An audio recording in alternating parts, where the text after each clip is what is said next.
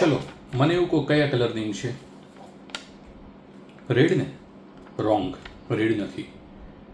Ink તો blue કલરની છે. આ તો રેડનો તો મેં સ્પેલિંગ લખ્યો છે, એટલે જેણે રેડ વિચાર્યું એ ખોટું છે, એટલે ફોકસ કરજો. હું અહીંથી આ બધા કાર્ડ લઈ લઉં, અહીંથી કોઈ પણ એમાંથી રેન્ડમલી 10 કાર્ડ કાઢું.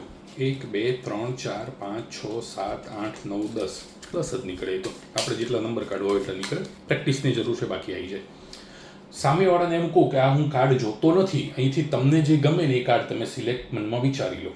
માની લો અત્યારે એમને એવું વિચાર્યું કે લાલનો સત્તો, બરાબર, આ લાલનો સત્તો એમણે વિચાર્યો.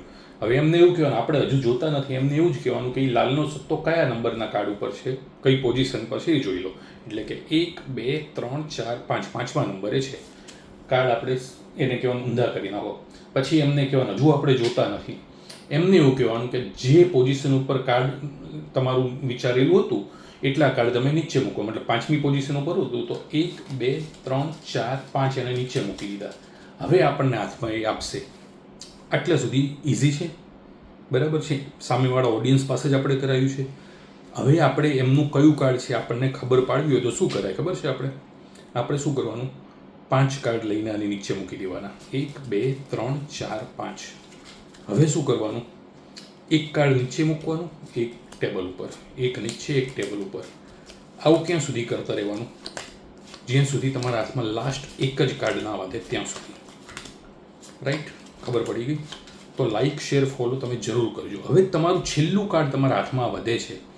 આ કાર્ડ હંમેશા તમારે સામેવાળાએ સિલેક્ટ કરેલું જ કાર્ડ હશે. બહુ ઇઝી ટ્રીક છે ને? ખબર પડી ગઈ ને? તો મને હાર્ટ આપો, થમ્સઅપ આપો, કોમેન્ટમાં લખો ગુડ, વેરી ગુડ. તમે લખો છો એવું પ્રમાણે કોમેન્ટ કરજો.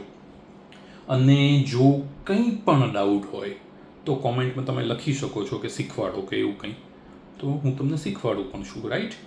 પણ રીલને લાઈક અને શેર જરૂર કરજો, એટલે બીજા લોકો સુધી પહોંચે, ફોલોઅર્સ વધે મારા. Thank you very much.